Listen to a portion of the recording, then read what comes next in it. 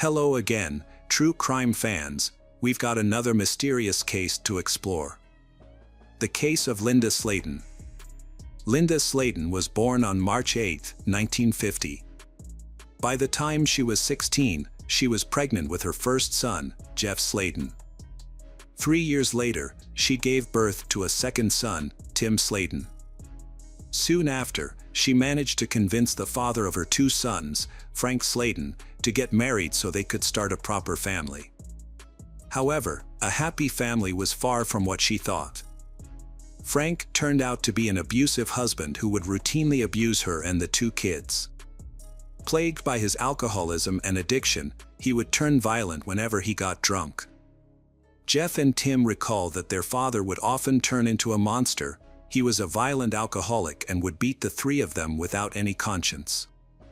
The thought of filing for divorce soon ran through Linda's mind, and in 1974, Linda Sllayton finally became free. She divorced Frank Slaten after 9 volatile years of their marriage. Linda started her new life as a single mom with 2 teenage sons. She tried her best to provide for her family and be there for her sons as a caring mother, juggling work and chores. It was obvious that she had limited financial capabilities. They didn't have a car, so her sons would often go to school either by walking or by sharing rides if they were offered one. Apart from school, Jeff and Tim loved playing football, but since they didn't have a ride to football practice, their coach, Coach Joseph, would often pick them up and drop them off at or nearby their home. A week before the 4th of September, Linda was preparing her home to welcome her mother. She wanted her mother to move in since she thought her presence in the house would help get it in order and make it more homely. Her sister Judy would also often come by to visit her. During her visits, the sisters would spend their time together over a hot cup of coffee. On the 3rd of September, 1981, Jeff Sllayton came home from football practice, but when he found nothing to eat at home, he headed over to his grandparents' place. Later, at about 9:30 p.m., Jeff returned home only to find the house empty. Around 11:30 p.m., Linda and Tim, her younger son, came home. She mentioned going to a neighbor's place to play a game of cards, but before that Jeff saw his mom doing the dishes. Tim, on the other hand, went to sleep. Around this time, her son Jeff came up to her and apologized since the two had fought earlier that day. As they made up, Linda said goodnight to her boys. Jeff remembers saying these words, "I love you, Mom. I'll see you tomorrow." Little did he know those would be the last words he would say to her. On September 4, 1981, around 8:30 a.m., Judy arrived at Linda's apartment. She went up to Linda's room and knocked on the door twice. There was no answer. She thought Linda might still be in bed, but it was unusual as Linda usually woke up before the boys left for school. As she made her way out of the house, she noticed something strange. The window in Linda's room had a missing something, and on top of that, the window was wide open. Judy returned to Linda's room, knocked again, and this time opened the door to find Linda's lifeless body. She screamed, which caught the attention of a neighbor near the house, and he immediately called 911. Linda was found dead with a wire clothes hanger around her neck. Her body was partially naked, and she lay right across the bed with her head down on the floor. There were no signs of struggle. Her cupboard was wide open, and apart from that, all the other things in the room were in their usual places. Within a matter of minutes, the Lakeland police, news reporters, and medical services all arrived. The yellow sign was plastered all over Linda's home. Tim and Jeff were both awakened by police officers and were asked to leave their home, which was now a crime scene. While Jeff was able to get past his mother's room without seeing her lifeless body, Tim saw his mother one last time, but this time she wasn't alive. The two were then sent to live with their grandparents pending further investigation. After her sons were sent to stay with their grandparents, Sergeant Edgar Pickett from the Lakeland Police Department arrived at the crime scene. He led the investigation and discovered important evidence. Initially, Sergeant Edgar found several fingerprints in Linda's bedroom. While most of the prints matched Linda, one palm print was different. This palm print was located on the windowsill of Linda's bedroom, which was missing a window sheet. To uncover the truth about Linda's death, an autopsy was performed. The examination revealed multiple bruises and marks on her arms, shoulders, and neck. Additionally, her body was found partially naked, suggesting a possible sexual assault. The autopsy concluded that she had first been brutally beaten, then sexually assaulted, and ultimately strangled with a metal clothes hanger from her own home. Among the evidence collected, a palm print was the most important, as it could directly identify the perpetrator if matched. However, at the time, forensic DNA analysis was not available. As a result, the police had to thoroughly investigate her entire family tree to identify potential suspects. The first suspect was Frank Slaten, Linda's ex-husband. When Linda divorced Frank in 1975, she described him as aggressive and abusive, neglecting his family. This made him a key person of interest in the case. He was questioned by police, but they discovered that he was at home in Alabama on the night Linda was killed. Despite this alibi, they continued to have suspicions about him. The second suspect was Linda's son, Jeff. Authorities considered him a suspect because he had a heated argument with his mother shortly before her death. Jeff had a complex relationship with Linda. As the eldest son, he felt the weight of growing up in a household with an abusive father and later with a single mother. Although they sometimes clashed, Jeff always tried to reconcile.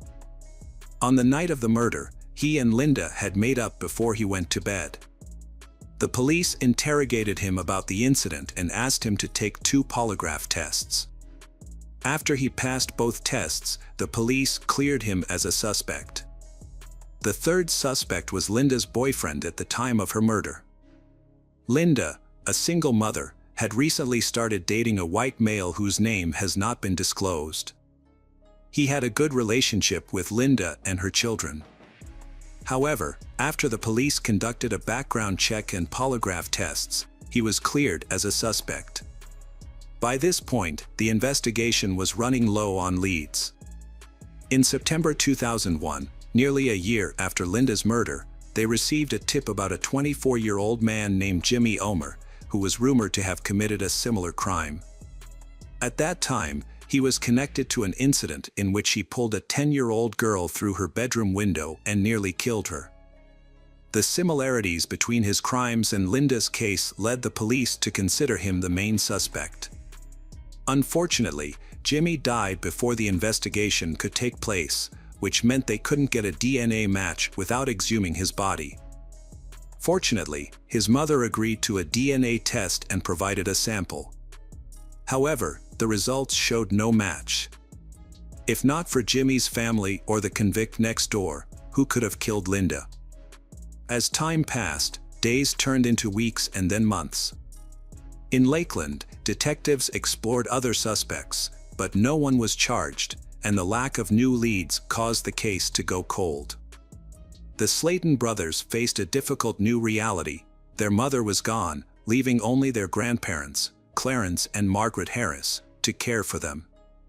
While the investigation proceeded, Linda's parents and sons held her funeral, after which they gradually began to resume their normal lives.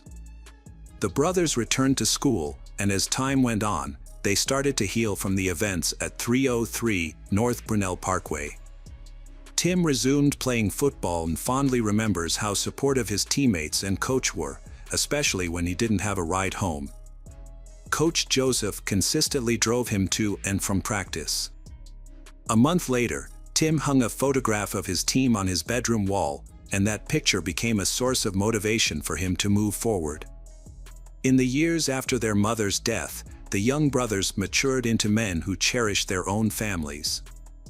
Jeff married and had 2 children, while Tim also started a family. Over time, both brothers regularly contacted the investigators to inquire about the progress of their mother's case. Although Jeff and Tim had built successful lives for themselves, they remained committed to ensuring the investigation progressed. 17 years after Linda's death, the police continued their investigation. By 1998, Sergeant Edgar Pickett had retired, and Linda Sllayton case was handed over to a new team, with Detective Brad Grace taking on the case. While reviewing the evidence, he discovered unidentified DNA from the Linda case that had been collected in 1981. He sent this DNA to the Florida Department of Law Enforcement's Major Crime Lab, known as the FDLE. By 1999, the FDLE Crime Lab successfully developed a complete DNA profile of Linda Sllayton's unknown killer. After obtaining the DNA profile, he revisited the list of suspects, determined to collect DNA samples from each of them. It was now 2001, and Detective Brad was confident that the DNA match would identify the murderer. He made it a priority to speak with the Sllayton brothers first and soon arranged a meeting with them. When the brothers arrived, Detective Brad collected their DNA samples and sent them for testing. The results showed no match, which completely cleared Jeff's name from the case. Next, the investigation focused on Frank Slaten. By this time, Frank had stopped drinking and seemed to have lost some of his aggressive and abusive behavior following Linda's death. During this period, Tim and Jeff were also able to reconnect with their father and heal some past wounds. Frank agreed to provide his DNA for testing, but it did not match the unidentified DNA profile that Detective Brad believed belonged to the murderer. In 2005, Detective Brad submitted the unidentified DNA profile from Linda case to the FBI's National DNA Database, where it was regularly compared with new DNA samples. Throughout his investigation, he eliminated dozens of suspects using DNA evidence. However, he retired in 2015 after dedicating 17 years to the Linda Sllayton. After Detective Grace, Linda case was handed over to new detectives Tommy Hathcock and Russell Hurley. 3 years into the investigation, Detective Tommy discovered that the FDLE had developed an innovative technology to identify previously unidentifiable DNA. Seizing this opportunity, he sent the unidentified DNA from Linda case to Cece, a genetic genealogist with the FDLE. Cece uploaded the DNA to a public genealogy website she manages, which generated a list of individuals related to the unidentified killer. She then gathered information from birth and marriage certificates, obituaries, and social media to construct a genetic family tree. As the investigation progressed, Cece developed 3 branches of the family tree for the suspect, ultimately pinpointing the individual most likely responsible for Linda's murder. The DNA profile strongly indicated that he was indeed the murderer. The situation took a surprising turn that even shocked Tim and Jeff. The photo hanging on Tim's bedroom wall featured Joseph, commonly known as Coach Joseph, standing just above his shoulder. After learning the killer's identity, Detective Tommy and Russell investigated Joseph's background. They found a history of crimes, including grand theft through forgery of a will. Although he was never formally charged, the police had collected his palm and fingerprints. You may remember that Sergeant Edgar Pickett found a palm print on the windowsill at the crime scene. This discovery brought hope that the family of the deceased could finally find closure in a cold case that had remained unsolved for over 40 years. Investigators compared the palm prints taken from Linda's windowsill in 1981 with Joseph's palm print and found a match. However, they still needed to compare a recent DNA sample from Joseph with the DNA from Linda case. They decided to obtain his DNA for testing without his knowledge. The investigators took garbage bags from Joseph's house and examined them at the police station for potential DNA evidence. Among the items, they discovered a piece of medical adhesive tape, which they sent to the crime lab for analysis. While waiting for the DNA results, the detectives further explored Joseph's personal life. He had lived in Kathleen, Florida, for most of his 58 years, just 30 minutes from the crime scene. Joseph had children and grandchildren, and they also got married. After nearly 2 weeks, the crime lab results confirmed that the unknown DNA found matched Joseph's DNA on the medical adhesive tape. Consequently, in December 2019, detectives arrested Joseph and brought him in for questioning. In 1981, Joseph was around 20 years old when he committed a crime. The day after the murder, the police spoke to him over the phone. During this brief call, Joseph claimed he had dropped Tim off after football practice on September 3, 1981, the night before the murder. Despite this, the police did not consider him a suspect at the time. Joseph also told investigators that Linda had invited him over for consensual sex, but the detectives knew this was not true. They suspected that Joseph had been targeting Linda prior to the murder because he frequently picked up Tim for football practice and dropped him off at his home afterward. Additionally, Joseph lived nearby, which raised further suspicion. On the night of September 3, 1981, Joseph dropped Tim off at his house after football practice. Later that evening, when no one was home, he returned to the house and broke in through Linda's bedroom window. He hid in her closet and waited for her to go to bed. Once she was asleep, he attacked her, sexually assaulted her, and ultimately strangled her with a wire hanger from the closet. Joseph pleaded guilty to first-degree murder and sexual battery. During his sentencing, Linda Sllayton's family confronted him, asking why he killed her. One family member expressed their pain, saying, "I just want to know why. Why did you take my mom away?" Joseph only replied, "I am a good person," and did not apologize or explain his actions. The judge sentenced Joseph to life in prison without the possibility of parole. Although the Sllayton brothers find some comfort in knowing that Joseph will never be released from prison, they are furious that he enjoyed years of freedom while they grew up without their mother. For Tim, this realization was shocking, especially since Coach Joseph was a role model for him. He recalls that Joseph would often inquire about the case, asking if there had been any updates on finding the culprit. To stay under the radar, Joseph offered his assistance, making things easier for the boys during football practice. He'd ask us how the case was going. He wasn't probing for details, just wanting to know if there was any new information or leads. And I would say, no, nothing. Even now, Tim struggles to accept that the person he trusted most could be his mother's killer. He reflects, "I've had the killer's picture on my table at home all this time and never realized it." Jeff, who is still grieving, often wonders what life would have been like if Linda were still alive. Tim and Jeff have stayed very close after the incident. They often visit their mother's grave, and on the anniversary of her death, Jeff always lights a candle. Despite everything they've been through, they continue to live life to the fullest in her memory.